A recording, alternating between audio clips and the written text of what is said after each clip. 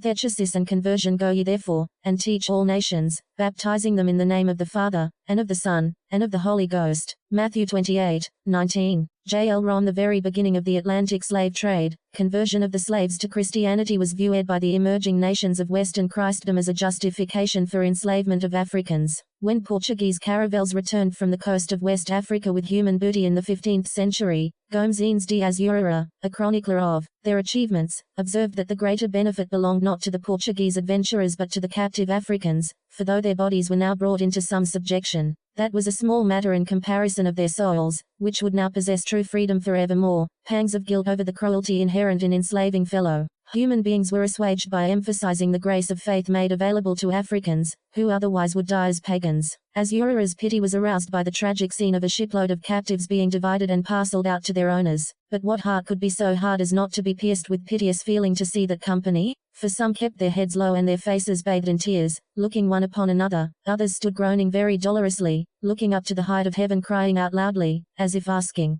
help of the Father of nature. Others struck their faces with the palms of their hands, throwing themselves at full length upon the ground. Others made their lamentations in the manner of a dirge, after the custom of their country. And though we could not understand the words of their language, the sound of it right well accorded with the measure of their sadness.